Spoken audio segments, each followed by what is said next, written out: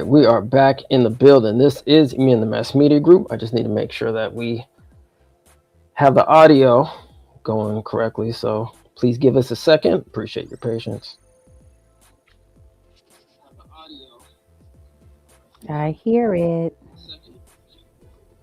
All right, seems like we are in the building. My name is Jamoya with me and the Mass Media Group, and I have my wonderful and esteemed partner, Miss Kim. How you doing today, ma'am? I'm doing all right, winding down the current year and looking forward to the new year. Absolutely. 2025 was a Bye great year. bye And bye. but bye bye. And 2026 is going to be even a greater year. Absolutely. Yeah, there's actually, I think what is it, the mid, what do they call it? The mid elections, Oh, the primaries, the yes. primaries, yes, Primary coming up. 2026. That's definitely on our radar. Absolutely. Absolutely, fam. All right, so it looks like the audio is good to go. Hopefully we'll get enough people in our chat box because we do want to give away some prizes. Kim, I'm gonna put up this slide here, and then I guess you can go back to doing what we need to do. But yeah, so hopefully there'll be enough people in the chat. We're going to be giving away some prizes today, probably sometime in the Woohoo. middle of the program and then at the end. So you definitely don't want to miss out. But in order to do that, here's a couple of raffle rules. You must be a subscriber to the ETN Media Group's YouTube page. Hit the button, hit the bell, fam. Absolutely. Like, share, and subscribe. Yeah, and then while you're in the chat, we're going to be showing a word on the screen that you're going to have to put in the chat. All right. Then you have to be over the age of 21. Okay. That's a must. That's just a must.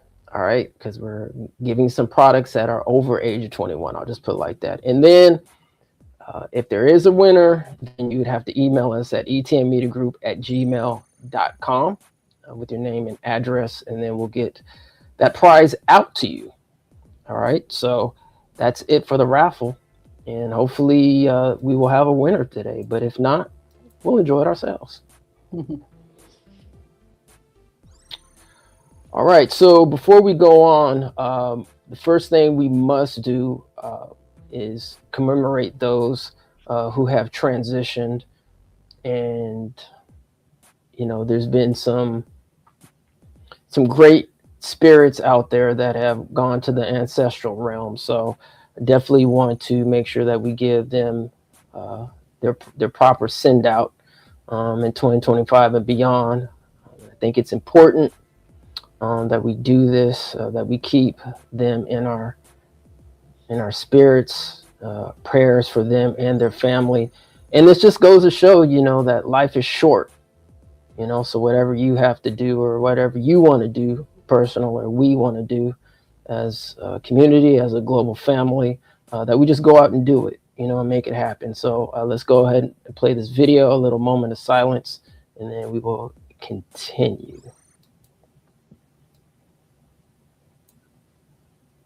In order for us to effectively change. Shout out, that was Queen Asada, obviously, but let's go play the video. Here we go.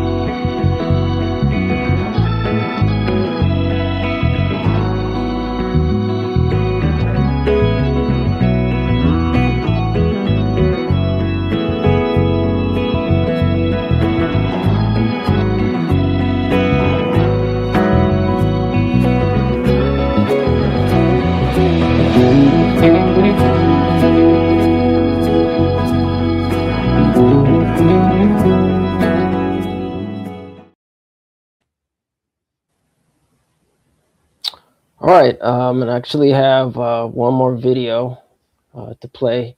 Is a good sister queen, Asada Shakur, that you saw in the video. But I'll say to everyone, but let's go see Yes, what a rest queen. in peace. Let's take a look. Absolutely. In order for us to effectively change this world, we're going to have to change ourselves. We're going to have to change how we relate to each other as human beings. And I think that part of that is creating a humanistic style of interchanging, of really being concerned about other people who are struggling with us. I think another part of that is creating a sense of community. In the United States, what exists right now is total alienation.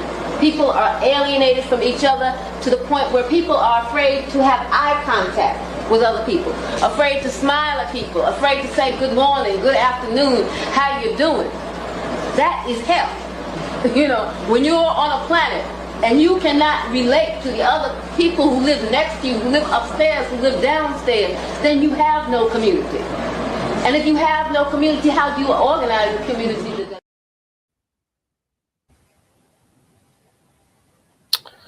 Absolutely. You know, Wise words build up the community, which is what we're trying to do in this reparations movement. absolutely trying to build up the community. So shout out to all those who transitioned. You know, we definitely lost some warrior spirits out there in 2025, but we definitely gained them in the ancestral realm. So Yes, definitely. Gained in the ancestral realm, but really the one that really hit me hard looking at this video was Miss Viola Fletcher out of Tulsa, Oklahoma. The way that the government let her die, transition without ever receiving justice. I mean, it's just shameful. This woman was 111 years old. She lived 111 years, and still no justice was received. And being in this reparations movement, a lot of times we hear, "Oh, it was so long ago. Everybody's dead. Nobody's here anymore." But then when they have a live victim of the Tulsa massacre and they have a chance, and I'm talking about the US government, to do something to make it right and provide these victims with redress, they didn't do it. They just simply did not do it and had every opportunity. So that one really hit me hard this year. yeah, absolutely. All right, Kim, if you don't mind putting up the overlay, please, of my cousin, Yusef Ali, greatly appreciate it. Also, you know, some of our loved ones have transitioned as well. My cousin Yusef Ali, he was pretty powerful in the community, man. So not just for my cousin, but for your loved ones, for your friends and your family, may you remember them as well moving forward. Because one day we're going to be part of that ancestral realm as well. But in the interim, we have a lot of work to do on this planet while we're here. So everybody, do what you need to do while you're here on this planet, and be active, be productive, and let's just be blessed that we do have life to live. So let's move on, shall we? Rest in peace. Rest in peace. All right, so technically today is not watch night, but watch night is coming up. We know it as New Year's Eve, but let's read a quick clip for those that are unfamiliar with watch night.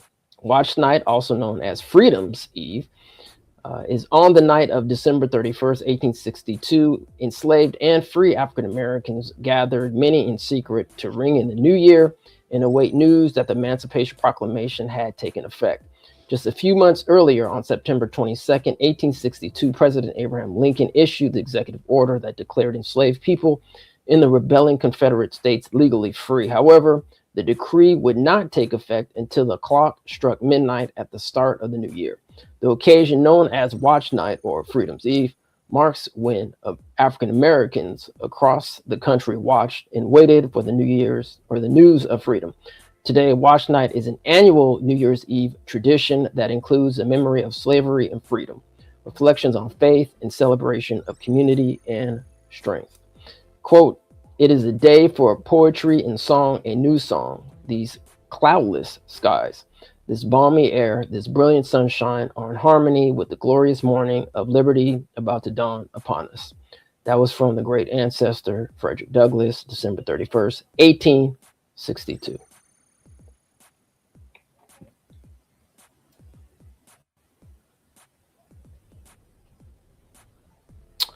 All right, I guess let's move on to the next topic. I don't know, Kim, if you're trying to say something, but you're on mute. Okay, I guess not. I guess we'll continue. All right, so just real updates to kind of what's going on. We're going to actually try to do more of in the news as we go on, but just kind of wanted to touch on current news with Trump. I know there's lots going on with what's happening out there. So let's see what's going on with the Trump administration. All right, we're going to be playing some videos as well. So Trump says violence in Nigeria targets Christians. The reality is more nuanced. After months of warning that the U.S. could take military action to stop violence against Christians in Nigeria, President Donald Trump announced on Christmas Day that he had done just that, delivering a strike on Islamic State terrorists in the country's northwest. U.S. Africa Command said it conducted the strikes in Sokoto State, which borders Niger to the north, in coordination with Nigerian authorities. AFRICOM's initial assessment is that multiple ISIS terrorists were killed in the ISIS camps, according to a news release. Nigerian Information Minister Mohammed Idris said Friday that the strikes were carried out in the Bounty Forest of the Tangaza area against two major ISIS enclaves, and that the targeted elements were successfully neutralized. Trump later told Politico that the strike had originally been planned for December 24th, but delayed a day to give a Christmas present to the terrorists. End quote. They didn't think that was coming, but we hit them hard. Every camp got decimated, he told Politico.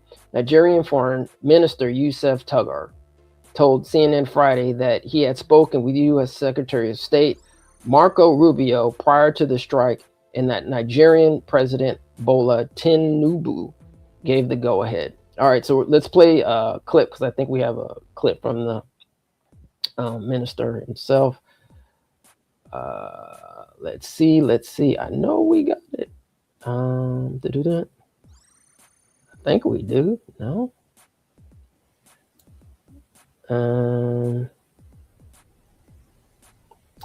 Maybe we don't. Let's see. I'm sorry, No. family. I thought we had it. Hold on a second. In here. All right. Let me see if I can find it. But in the interim, I do have some other videos to play. And then in regards to kind of the Trump administration and what's happening. And then we'll see if I can find that video. All right. Okay. Like the left, we stand against treating anybody, and I love what Nikki said about this. We don't treat anybody different because of their race or their sex. So we have relegated DEI to the dustbin of history, which is exactly where it belongs.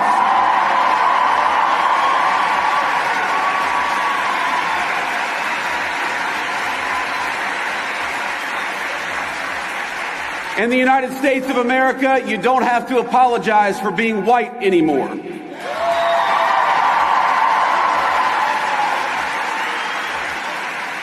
And if you're an Asian, you don't have to talk around your skin color when you're applying for college, because we judge people based on who they are, not on ethnicity and things they can't control.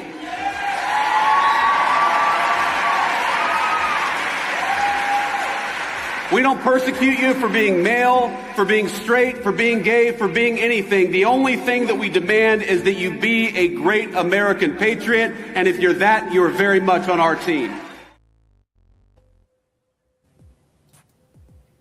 All right, family. For some reason, I can't find the video, But let's play a couple more videos in regarding Trump, and then we'll move on because I know we have some reparations updates as well to do. But I actually thought this one was kind of funny. If you haven't been following Godfrey, if you don't know what that is, he's a comedian, a Nigerian brother. Yeah, he does actually a great Trump impersonation. So let's see what Godfrey is talking about. Joe, why did you have to talk? Oh, you know Trump, if he gets a chance, go, did you see Sleepy Joe? Sleepy Joe woke up, and he's trying to speak. He thinks he's a president. He said, Americana. What the hell is Americana? I don't know what it is. It sounded like he was at Starbucks. I think he was ordering coffee. That's Americana. He's like, hey, we're the United States of macchiato. That was so bad. Sleepy Joe, he's still asleep and he's awake. Can you believe it? Yo, Joe, just chill. Just rest, man. Let him f*** up. But you're giving him ammunition. Yo, man, Americana? The f***, man? As long as you get back up, keep the faith, and remember who we are. As long as we keep the faith, summon hope, and get back up and remember who in the hell we are. We're the United States of America. We're the United States of America. Huh? United States of America. America.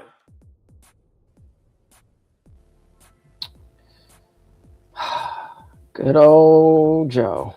Yeah, it's time for him to sit down and just sit somewhere and be quiet. Yeah, just enjoy, man, the time, man, that you have, brother. Because Metagata for real. Anyway, and, you know, Nicki Minaj, I guess they had some kind of turning point get together somewhere. I don't know. But yeah, this was in relation to, you saw the Vice President J.D. Vance mentioned. Oh, Nicki is this Minaj. the same event? Yeah, same event. So let's see what Nicki Minaj had to say. I have the utmost respect and admiration for our president. He's given so many people hope that there's a chance to beat the bad guys. Oh, Gavi Poo, it only gets worse from here for you, buddy. It's the end of the road for you, my love.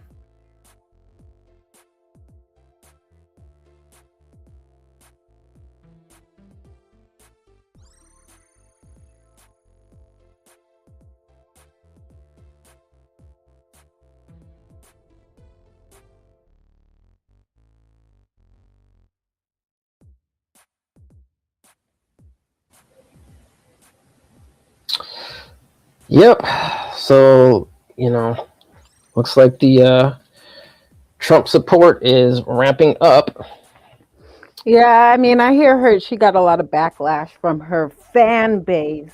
Lost a lot of followers behind that appearance, but I don't know. I don't really follow it that closely. I don't either, to be honest with you. But we do remember that she, unfortunately, if you saw at the end, she did have basically a cover. If people aren't familiar with the Malcolm X picture where he's holding a rifle, and in that cover, you know, she says basically, you know, watch out, the N-word. And I think it was that when she released that song originally, it was like about 10 something years ago, give or take, and people weren't too happy with that either. She eventually apologized for it, but I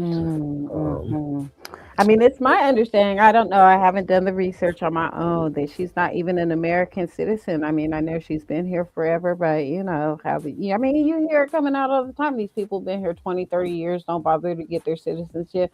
So I've seen a petition floating around to deport her back to Trinidad for this last little stunt on Turning Point.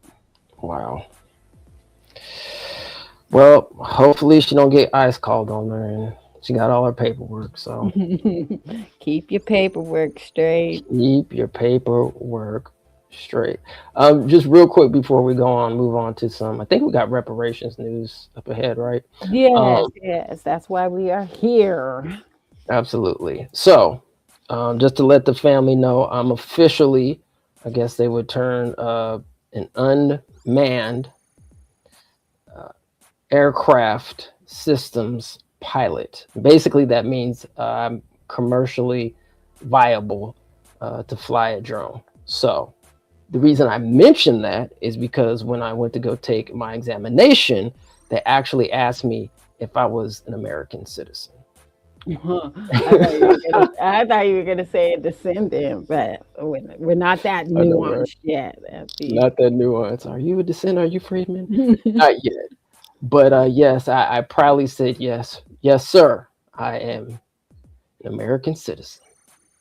And it's good for the audience to know if anybody's out there looking for a drone operator. ETM does full production now. We have a licensed drone operator as a founding member. So Absolutely, fam. So hit us up at etmmediagroup@gmail.com for any production related inquiry. All right, family. I think, are we ready to go to some reparations updates here? yeah, so you never found your video on Nigeria. Did you want to sum up what whoever it was saying? Yeah, I mean, basically, he was saying that, they work together with Nigeria. They work together with the U.S. to get these quote unquote ISIS individuals, quote unquote, and I'm using those in quotes, terrorists. And so they're collaborating, working together. So this was their leadership, and Right. they're working together. Okay, Right. okay. Because I think there was a lot of, just say, misinformation, like US was just going in there, taking over and just bombing people and all that other stuff. And that's not exactly what happened, according to what's being reported. Right? Nigeria and the US are actually working together because, somehow, news gets out and people just think, people just going ham sandwich on people. And that was just not the case. Okay, that adds some context. Absolutely, family. All right. Are there any other videos? I don't think there's any other videos that I have for that. So let's get into it, shall we? To the All right. reparations updates. Update. I guess I don't know. Should I share my screen and blow it up, or should we just work with this? What do you think, Kim? Go ahead, share your screen. People might want to All right. So get let a me closer look at this. So let me see if I can find my stuff here, my picture, because here in California, ooh, I mean, I don't know, Kim. It is kind of monumental-ish what happened out in California, but there wasn't very much fanfare. Unfortunately, that happened this year, especially with the media. All right, so let me go ahead and I'm going to share my screen.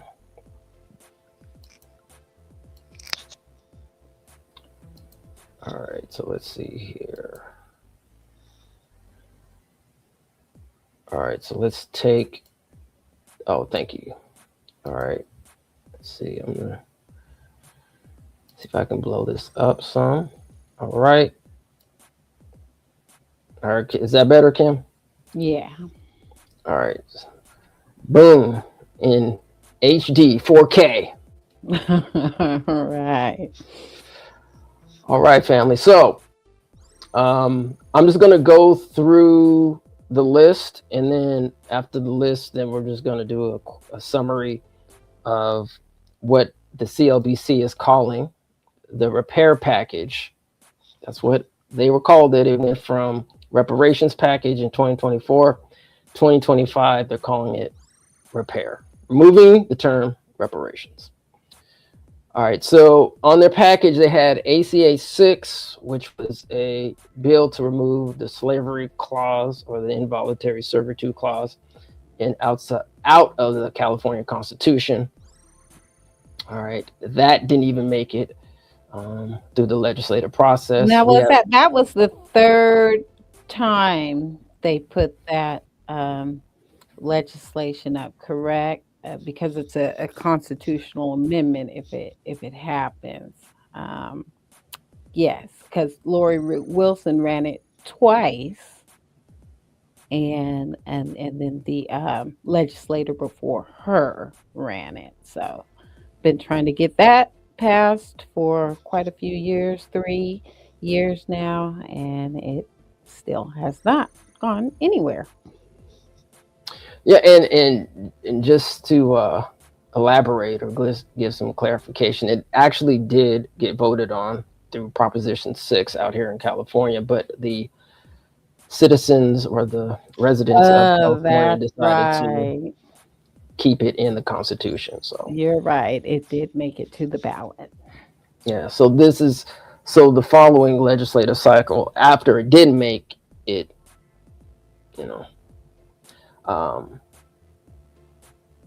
Lori Wilson and the CLBC put it on the repair package and into the legislative cycle. But I don't even think, according to this document, I don't even think it got introduced, or maybe it got introduced, but it didn't move anywhere past the introduction phase. So yeah, like you said, not a lot of fanfare around this repair package or reparations in California, especially not with the legislative body we have out here. Boom, boom, boom. All right, AB 7, post-secondary education. This was Isaac Bryan, got vetoed by the governor, Gavin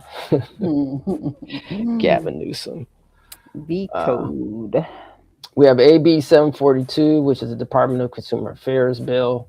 That was by El Harari. All right, that got vetoed as well. We have AB 62, racially motivated eminent domain bill by Tina McKinnon, Assembly woman.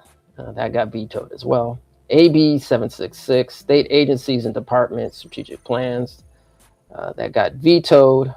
That was, I think she's Assembly or she's Senate. Senator Sharp Collins? No, she's Assembly member. Assemblywoman, yeah, Sharp Collins. We have SB 437, which did pass. It was approved by the governor of California and chapter. That's California State University Genealogy and Descendancy, which basically is a study, an extended study and research bill. ACA 7, government preferences. That's by Jackson, Dr. Corey Jackson. That's currently held in committee. Let's see, AB 475, prison and jails employment of inmates. That's also held under suspension. Suspension.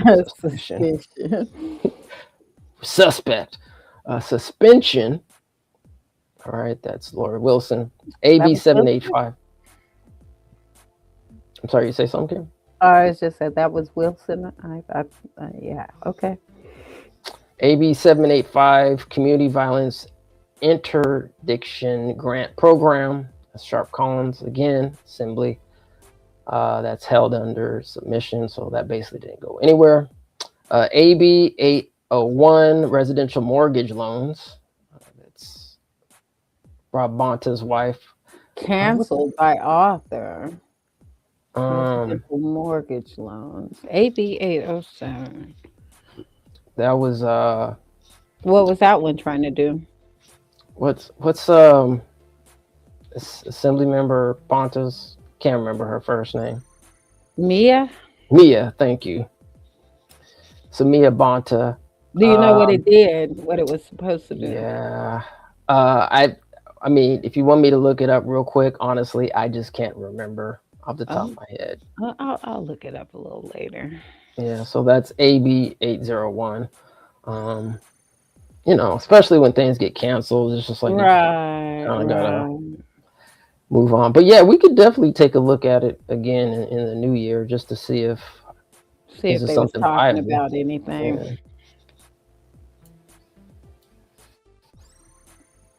All right.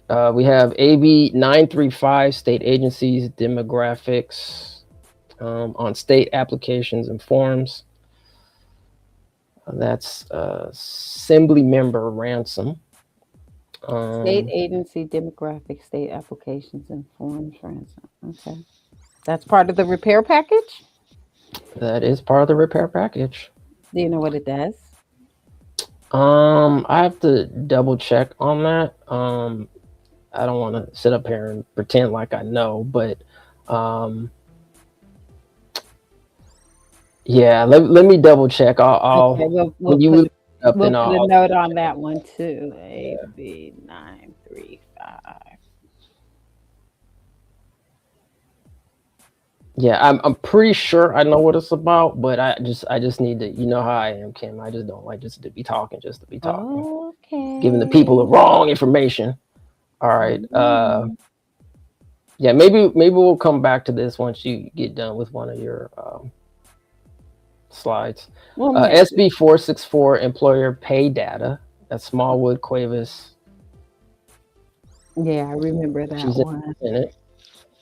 And Assembly amendments concurred. And so yes, that actually got Okay, that yes one got approved. greenlit. And then let's see. SB 503 medical software, Robert Pearson went to the inactive file. 510 pupil instruction, racial disparities and historical injustices, chaptered by Secretary of State. Let's see, SB 510. Who I believe that's authored that one? Lori Richardson. Is that? I think you are correct. We can double check that as well.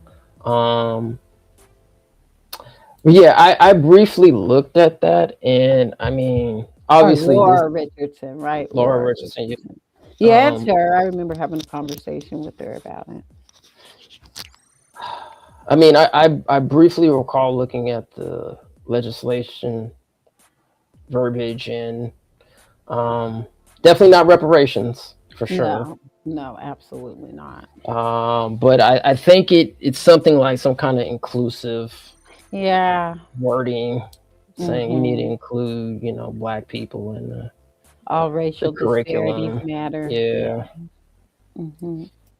All right. AB 57, Home Purchase Assistance Program, Descendants of Slave, got vetoed.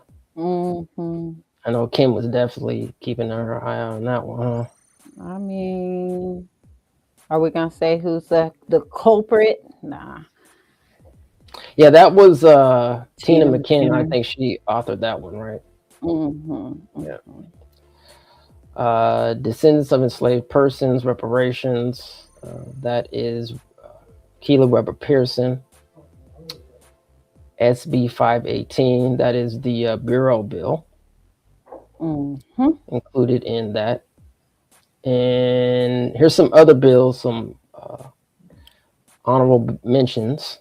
Oh, these are not repair bills anymore. Correct. These are not repair bills. And neither is 515 to tell you the truth. And it is not. And it's on the list that I'm about to read out, actually. So you beat me to the punch. Oh, okay, because you were scrolling. I thought it was at the Yeah. bottom of the. Okay, all Yeah. right. So we have AB 1315, the California American Freedmen Affairs Agency. That was by Bill Asaley, who's no longer in the Assembly. We have AB 335, the Designation of California Black Serving Institutions Grant Program. That was Mike Gibson, Assembly. And AB 73, Mental Health, Black Mental Health Navigator Certification. That was Dr. Corey Jackson. And then we have SB 515, the Local Government Collection of Demographic Data. And that was by Laura Richardson. Yes, and that expanded the state employee data collection, which includes descendants, to county and city, all county and city, um, yeah, as well. So now descendants will be listed as part of that data collection for cities, county, and state employment. Absolutely. All right, so that is the repair package there. I guess to kind of sum up things, it looks like there were 5 of the CLBC priority bills that were signed and chaptered. And then we have 11 that were held or vetoed. And then as far as some of the bills that we were tracking here, 1 passed, as Kim was saying, SB 515, and 3 were held. So that's of December 2025. And that is your wrap up for California. So is there anything you have to say before we move on, Kim? Well, you said CLBC priority 4 made it, but SB 515, I mean, we have to, really raise that to the audience that it was not included in the repair package. I mean, I don't know why it was isolated out from what they were doing as far as the data disaggregation, but we, you know, do need to note that that was not a repair package bill. That was Laura Richardson working independently to get something passed for the community.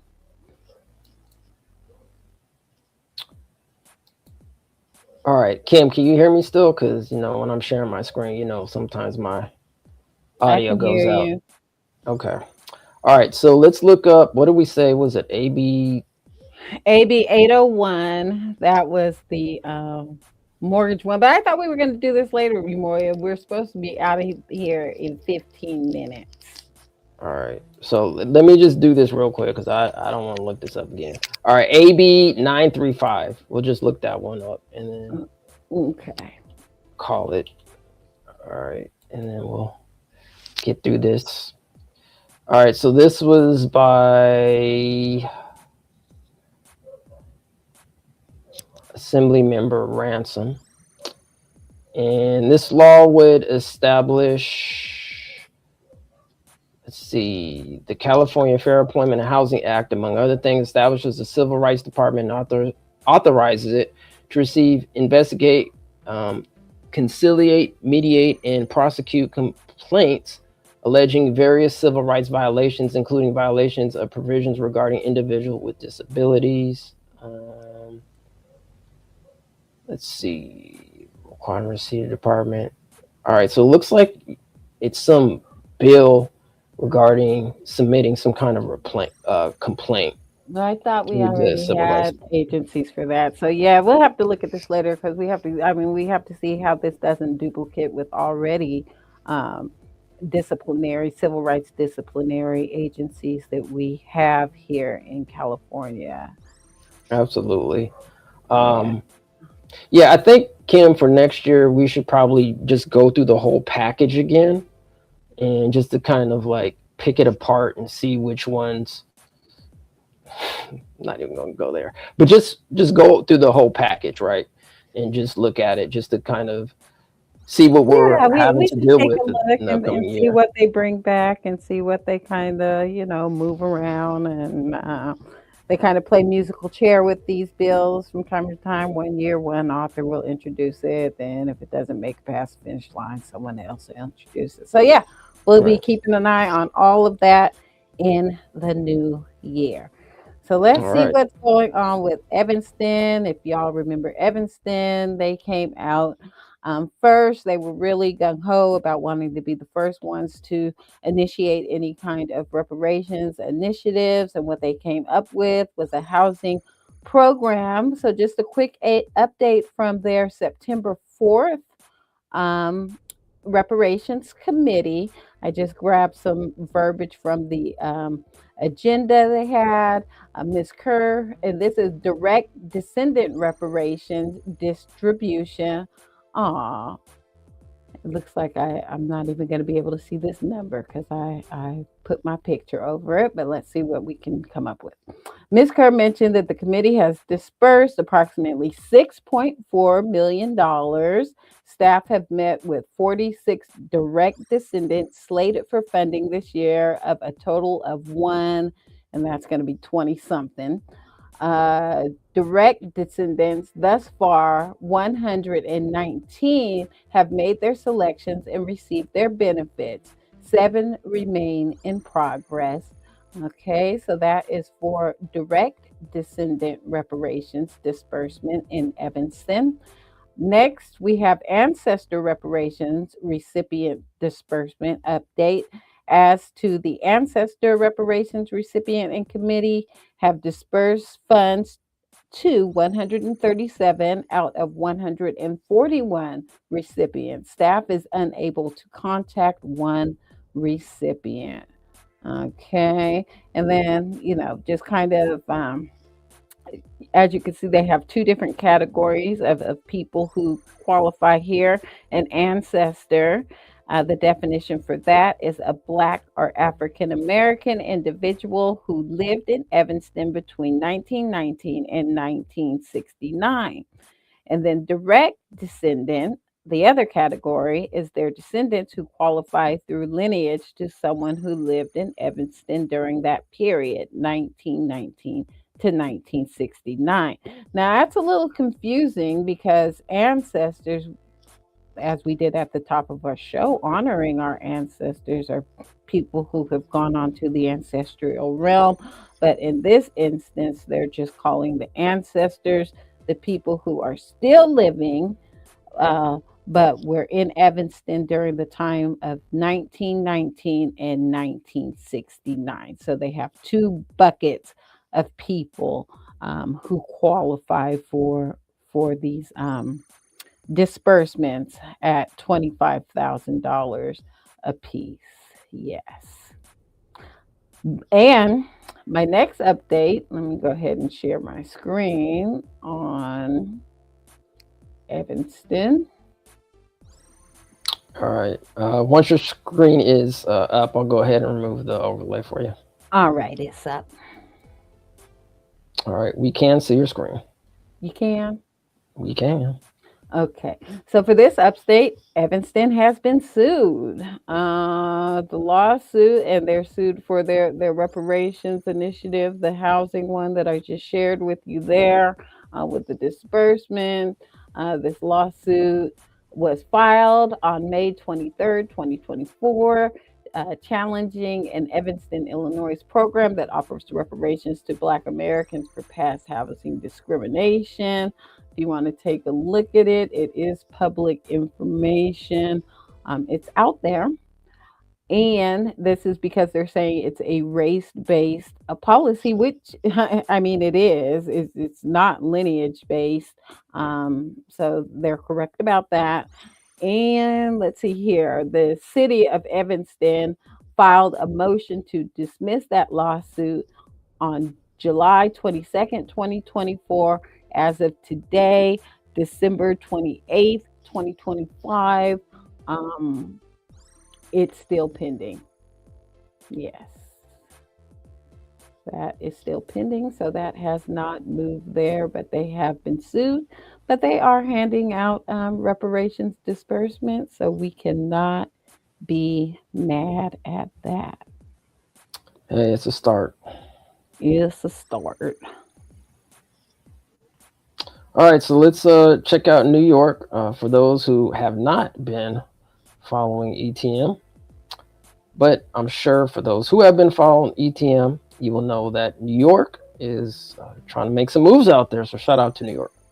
All right, so there's two bills currently that are in legislation. That's A5603, and that's to set up the American Freedmen Task Force on reparation remedies out there in New York. We also have A6341, which is a data disaggregation bill, something like what we're doing out here in California.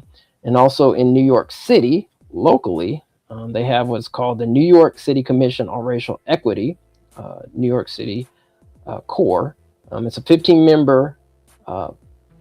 members to study reparations in New York City. All right. And I guess they have something called planning a truth, healing, and reconciliation process as well. And there's an Episcopal diocese that's launching a 1 million racial reparations fund. I don't want to get too deep into this because we're actually going to be doing a deeper dive on what's going out in New York. And hopefully we'll get to invite some of our good folk out there in New York to give us not only an update, but to talk about the mayor. And hopefully, I'm crossing fingers, we're going to have Prince Divine and Sister Brooke out there. So we'll see. We'll see what's going to happen. We also have, let me go back here. So we also have the New York Reparations Commission. So there is actually a commission that's based on a previous bill, S1163, that's happening right now. And I don't know if they currently have a sunset date, but it's definitely still happening right now. Currently, there's been 19 meetings thus far. The New York State Community Commission on Reparation Remedies held its first public meeting on July 30th, 2024, and the upcoming public or business meeting is January 9th, and they're going to have another public hearing January 17th. But if you want to see specifically some of the updates, I did have a conversation, and we actually did read over some of the bills, in particular 5603 and 6341. So go check that out. It's on our YouTube page. That's the New York Reparations Update. So go look at that video on our page if you want updates. So that's New York.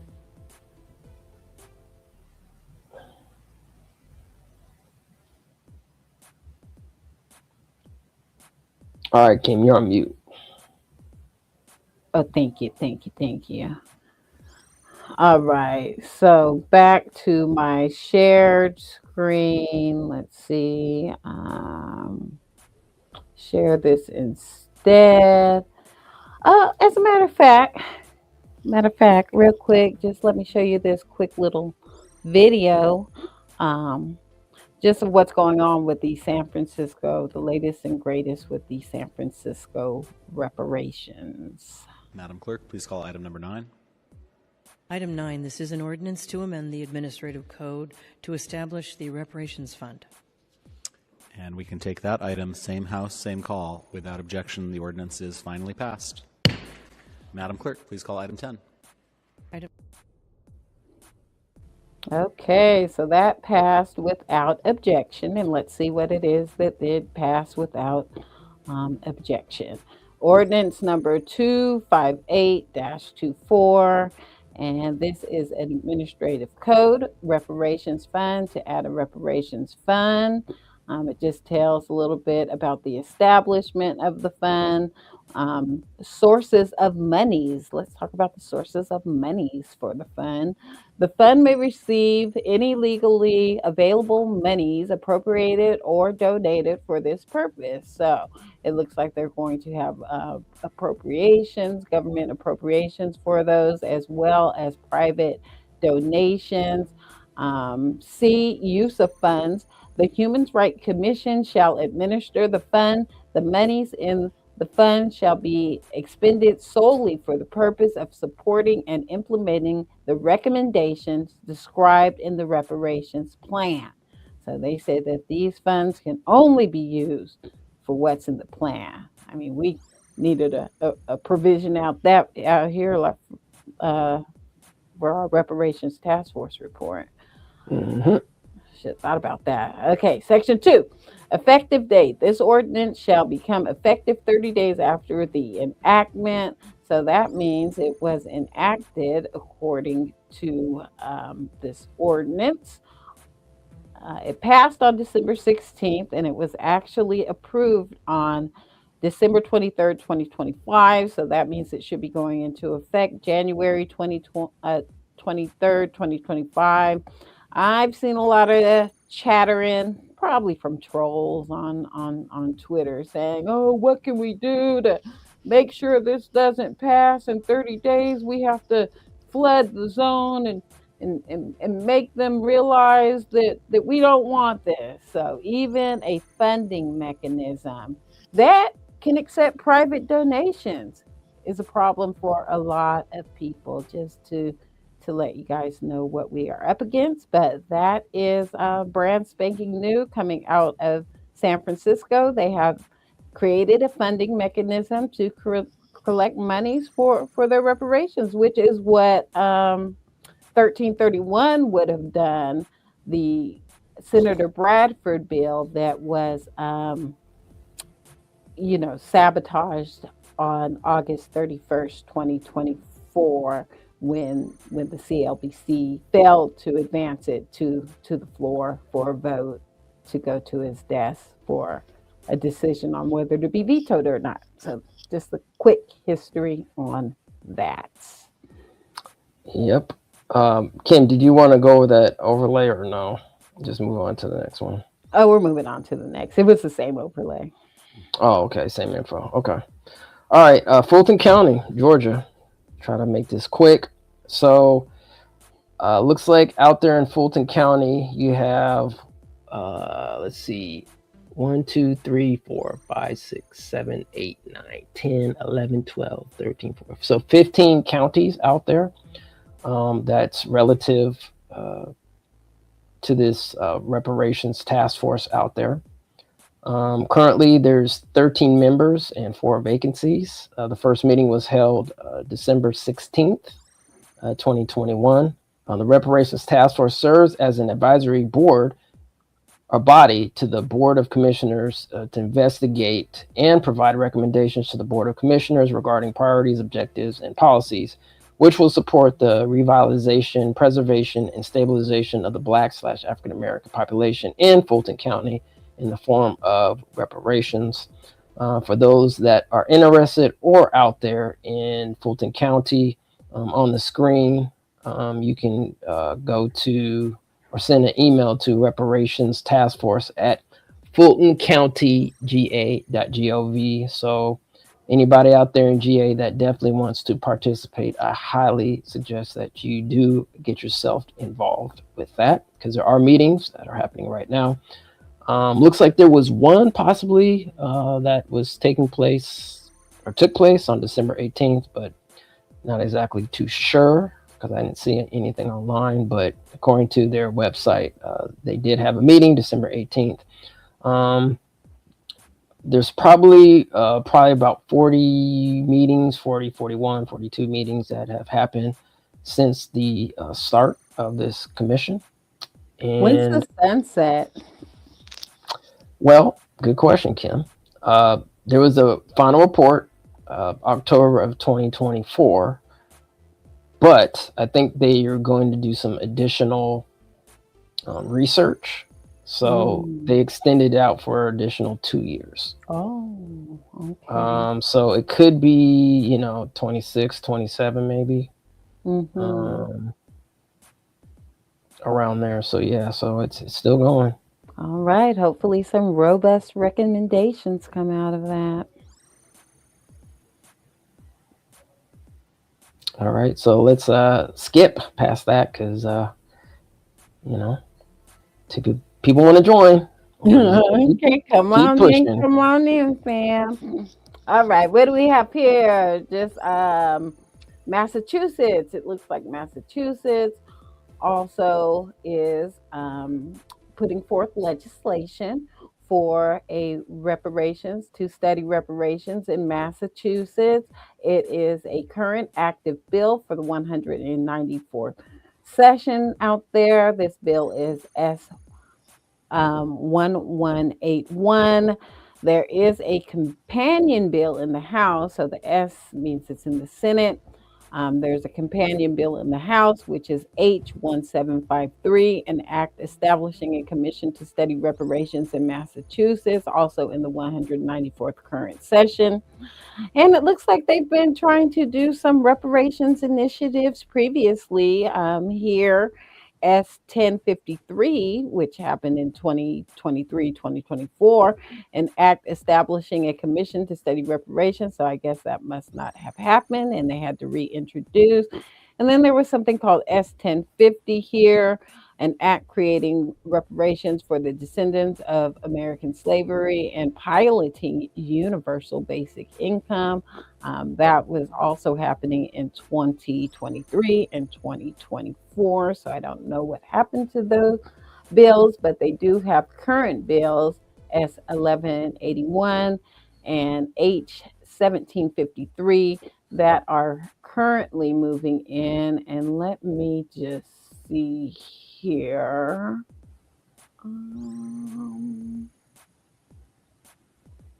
In doing my research. All right. Do I have a new screen up? Oh, can you take the overlay down? I can. Is that the San Francisco? That looks like the San That's the Francisco same one. one. Okay, so share this. Oh, there you Do go. Okay, Boston. We got you. Okay, okay. So it also looks like Boston is doing something, task force on reparations. So if you're in the Boston area, I really don't know a lot about it. I just came across about it. The commission was established through a 2022 city council ordinance appointed by Mayor Wu. So you might want to take a look at that if you are in the Boston area. And also in Amherst, Massachusetts, it looks like they actually have a fund set up already for their reparations. They're calling it Amherst. Oh, do you see the Amherst now? We do. Amherst Black Reparations Committee.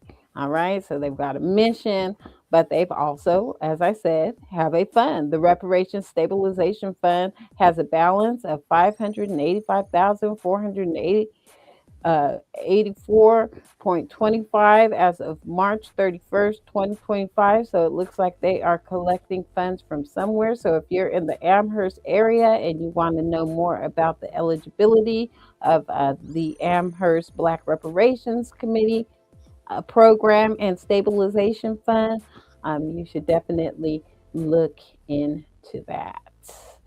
All right.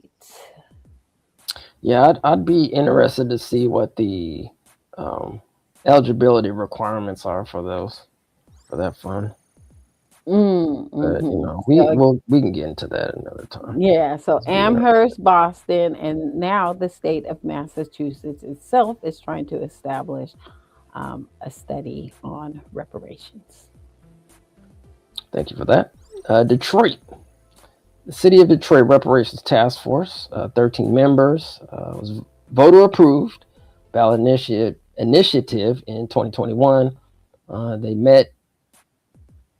Their first meeting was held on April 2023 to develop recommendations for addressing historical injustice and economic harm to Black residents. They did have a final report that they released on October 31st, 2025. So it has sunsetted, if I'm making up a word. But yes, the sunset was October 31st, 2025. They did have a final report recommendations. I have not read it yet.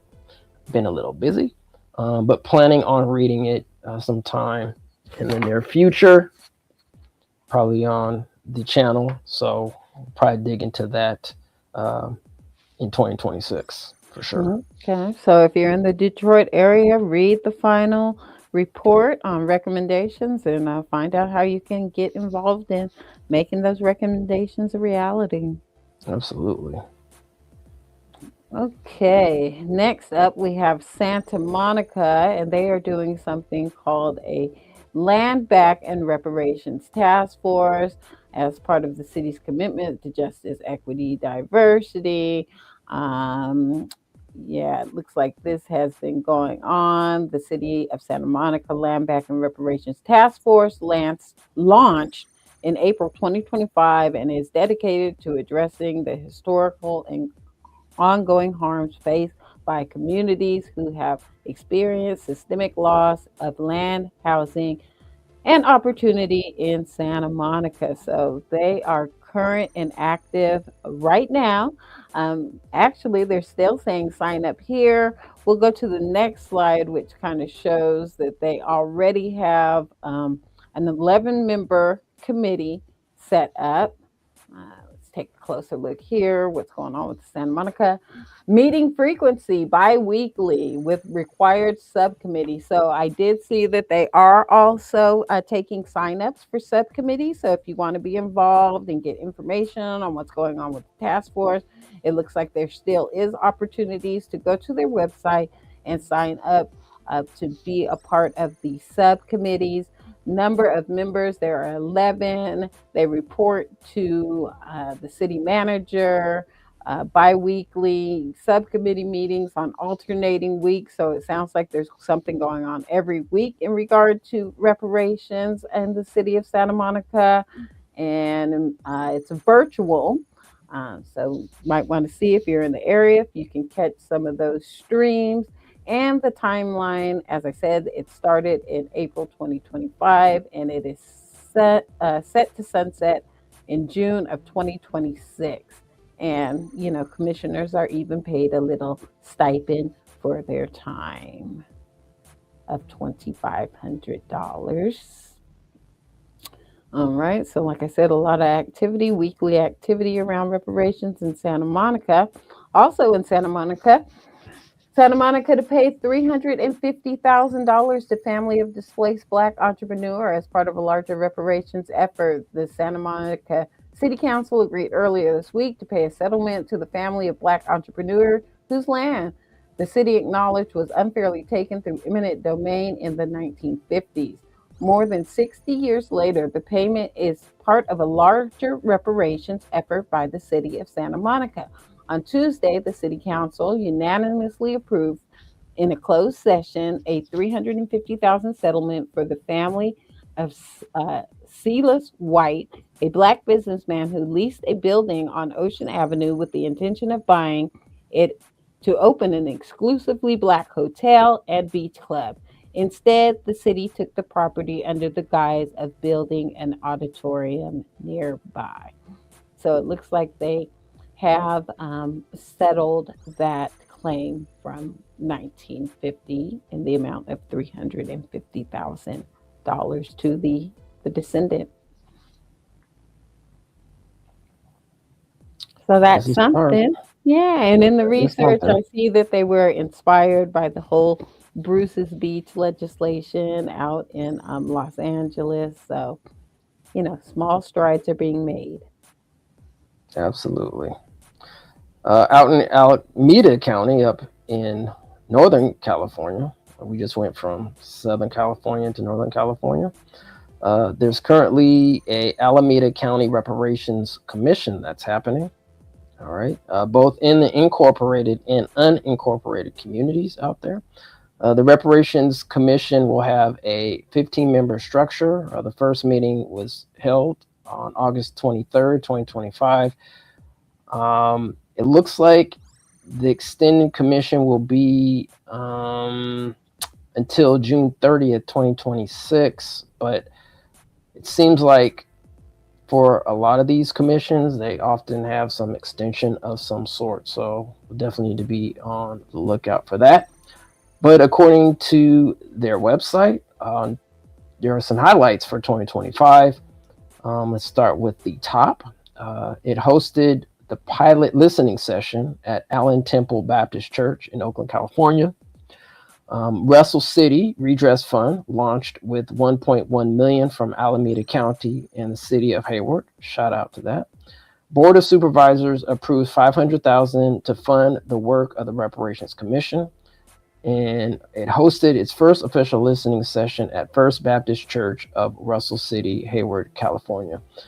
Now, Kim, if I'm correct, didn't the California Reparations Task Force have its first physical in-person hearing or meeting at the Allen Temple Baptist Church, or that was that San Francisco? I think that was Dr. Brown's church. It was, Dr. Amos Brown's church. Okay. Yeah, sometimes I get confused. And you know what we left off our list now that we're speaking of Alameda and the Bay Area, Russell City. Yep. They're doing something around reparations in Russell City. I think it's similar to um, Santa Monica, where they're taking a vote and pulling funds from various sources to pay for it. So we'll have to get you an update on that in the new year. But yes, they're doing something for imminent plain domain displacement in Russell City as well. Yeah, I don't think that's part of this Russell City Redress Fund. I think it might be something separate, but we can need to confirm that though. Russell City Redress Fund launched Yeah. one from Alameda So County. yeah, so they did launch this redress fund, but it might be different from the eminent domain. So or Yeah, might be no, but we'll have to have confirm. to look into it. But if you're in Russell City, it looks like there's some activity around reparations. So definitely look into it and get involved. Absolutely, Were you done with this slide? I am. All right. Well, moving on with our end of the year roundup. The Philadelphia Sun reports that Maryland to consider slavery reparations after Governor Wes Moore's veto is overridden. Ha. Dum, All ba-da-bum. right. In Annapolis, Maryland, Maryland will create a commission to study potential reparations for slavery after lawmakers voted Tuesday to override a veto by Governor Wes Moore, currently the nation's only black governor, that disappointed many fellow Democrats. Moore said in his veto letter in May that it was a difficult decision to veto the bill, which was a priority of the Legislative Black Caucus of Maryland, but he wrote, there has been enough study of the legacy of slavery, and it was now time to focus on the work itself to address it. But Democrats, who control the chambers of the Maryland General Assembly, decided the commission was needed to better examine how to do that. Exactly. So, even though the bill got to his desk, he vetoed it and said, "Oh, it's time to do the work." And this was back in May. This was back in May that he put in his veto letter. He said it's time to do the work. They just recently had this special session to override the veto. Anyone from the Maryland area, please tell me what has been done from May until now to address the work since it was time to get to work back in May. What's been done? Absolutely. Please let us know. Yeah, please let us know what has been done. So we will just take a quick look at his response here. If you, my partner, good partner, could remove the overlay. All right, let's go do that. And then we do also have a video that we'd like to play too. Okay. All right, so you are ready to go. All right. So you should be looking at a Twitter post. And this is from Who is this from? Mackenzie Frost? Yeah, I believe she's a Fox reporter of some magnitude. Anyways, this is Governor Moore's reaction to the veto override that took place today, is what Mackenzie said. Our democracy is strongest when we can disagree without being disagreeable. And while I disagree with this decision to override some of the vetoes I made last session, I respect the General Assembly's exercising its constitutional authority. 8 months ago, I outlined my concerns with certain bills the General Assembly passed, and there were either unfunded mandates or required multi-year analysis. As the Trump administration advances a full-scale assault on Maryland and Marylanders, I still believe we must prioritize policies that protect our people here and now, while the lives of Marylanders unravel in real time as a result of the White House decision making. As we move toward the new year, I hope to find ways to partner with the General Assembly to drive results and make life better for Marylanders right now with urgency and without delay. We've made real progress, yet there is still more to do. All right, enough of that. We can There is more to do. a lot more. Like I said, what has he done until May, until now, since he was ready to get back to work in May? But this is just an example. Now, what was the line that he said? Let me say. He said a bar. He said a bar in his little response. I respect the General Assembly exercising its constitutional authority. Yes. Now, why can't we get that out here with our representatives? You know what I'm saying? Good question. Yeah. So he was like, I'm vetoing it. And they were like, no, you're not. Whereas out here in California, it was the exact opposite. They were all in collusion with Governor Gavin Newsom to kill Senator Bradford historical reparations bills back in 2024. As we know, August 31st, 2024, they colluded with the governor to sabotage bills. Whereas in Maryland, they, were bold enough to go up against their governor and say, hey, no, this is what we want and this is what our constituents want. So This is why it's so important who you put into office, that they're working in your best interest, because in California, they are not. And this just goes to show you that it can be done. It can be done. Yes, it can be done. Well, let's play this video here and see what's going on in Maryland, because they do have a new speaker of their, I don't know if they call it the House or Assembly out there, but let's go play it. Across the state of Maryland returned to Annapolis for a special session. They chose a new House Speaker after Adrienne Jones' announcement that she was stepping down. That vote, though, only taking up part of their day, leaving lawmakers with time to debate many other issues. Fox 45's Mackenzie Frost was in Annapolis all day. She joins us live with a look at what lawmakers tackled. Mackenzie.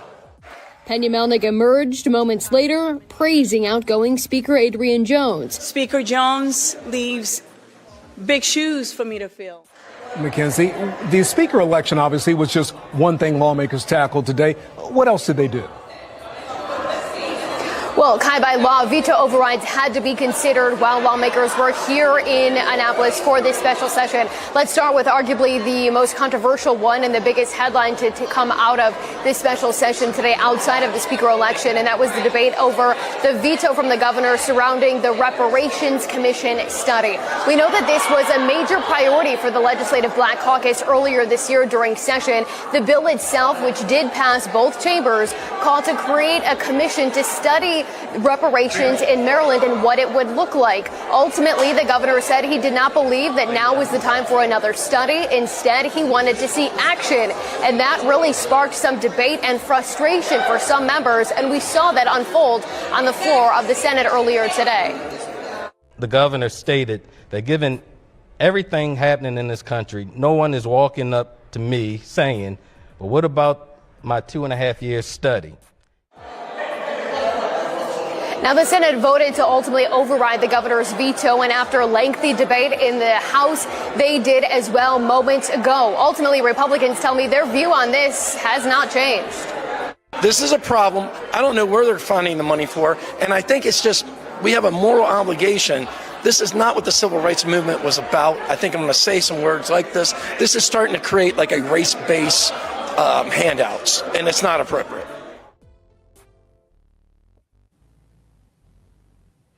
Race-based handouts.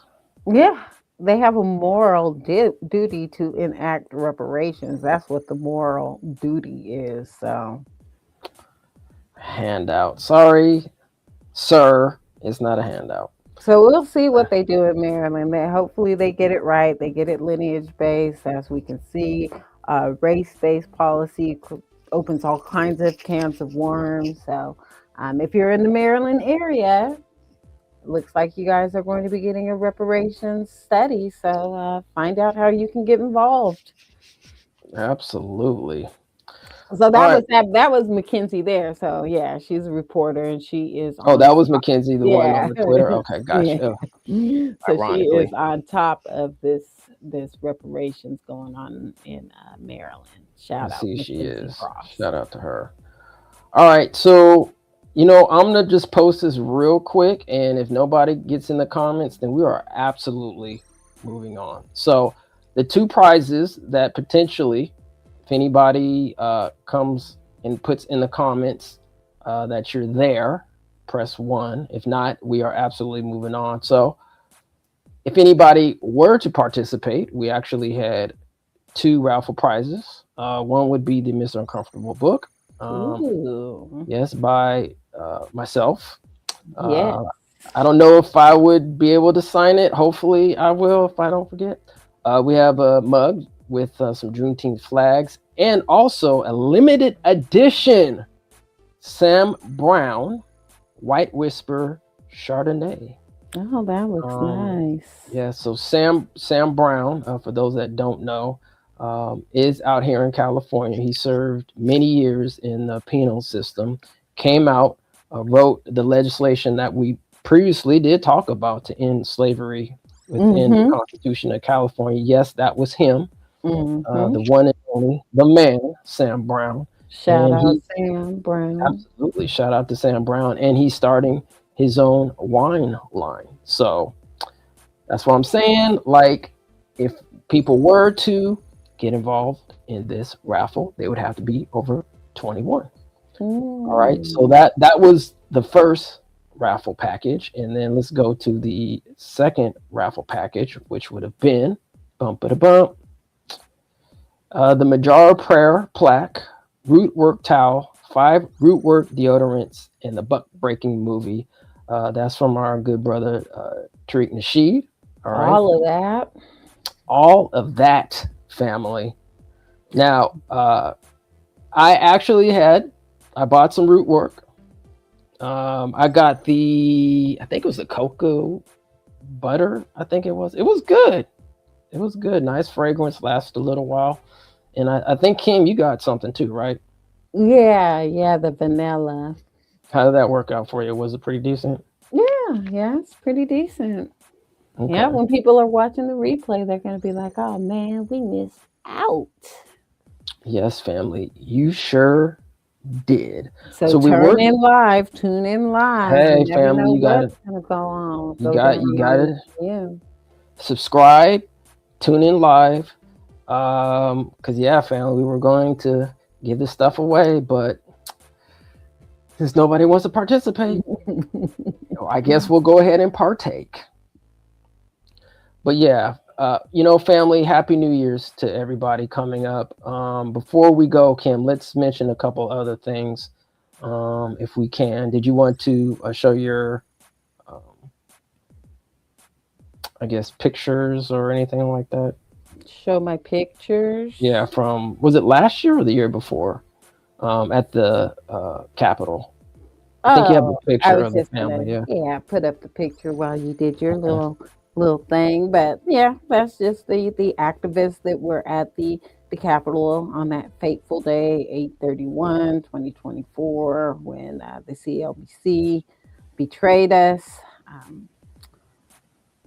In support of Governor Gavin Newsom's wishes.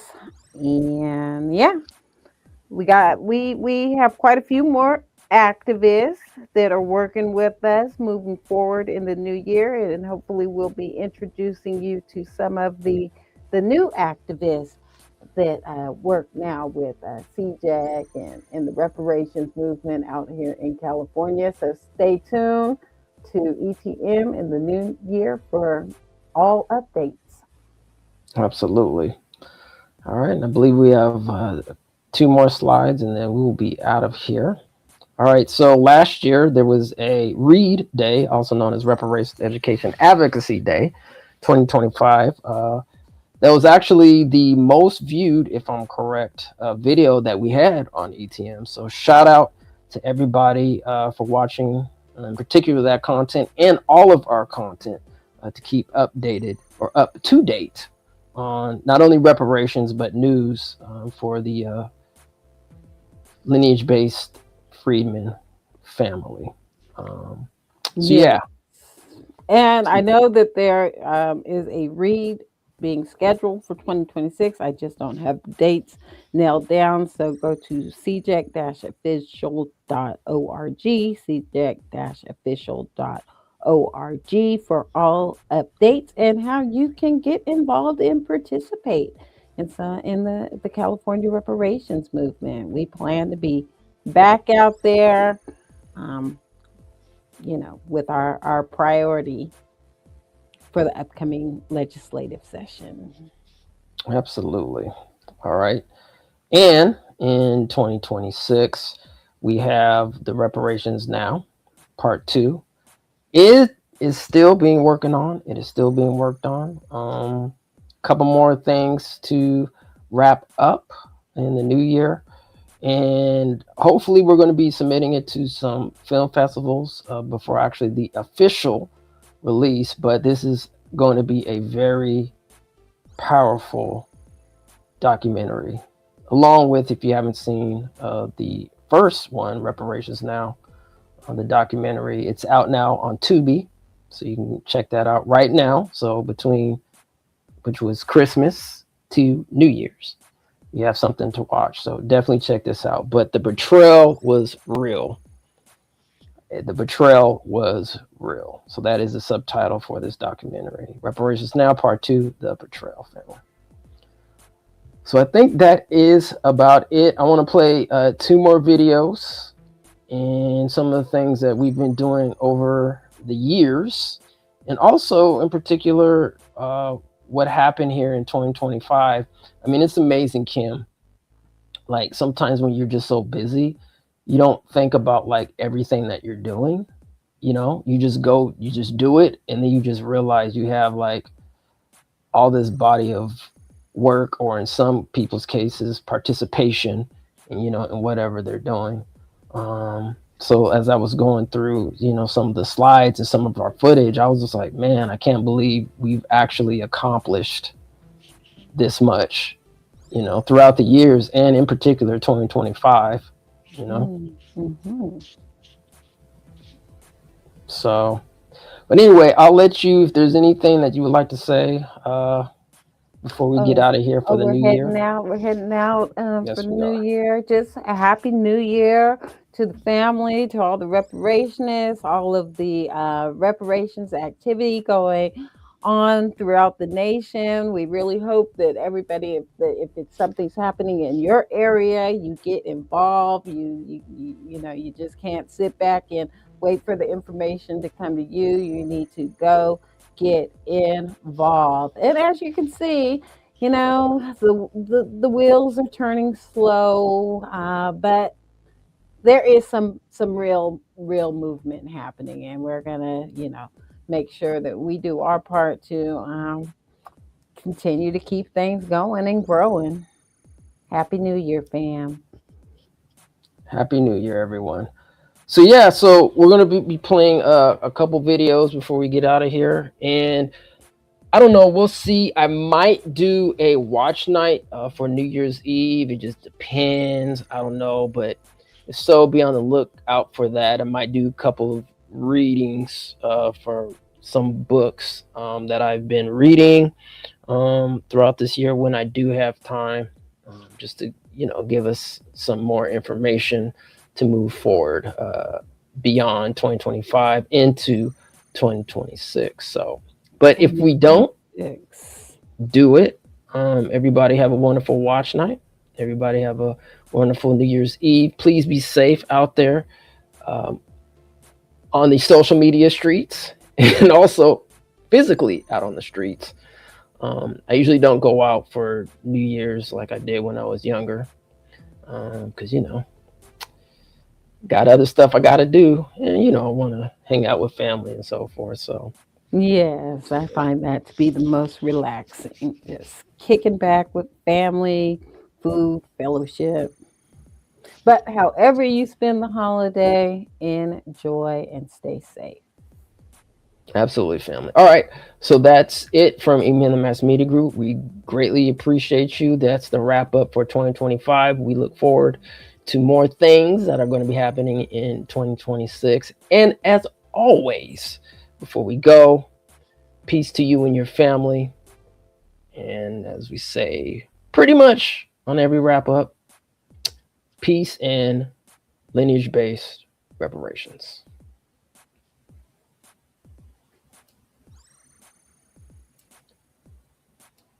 Live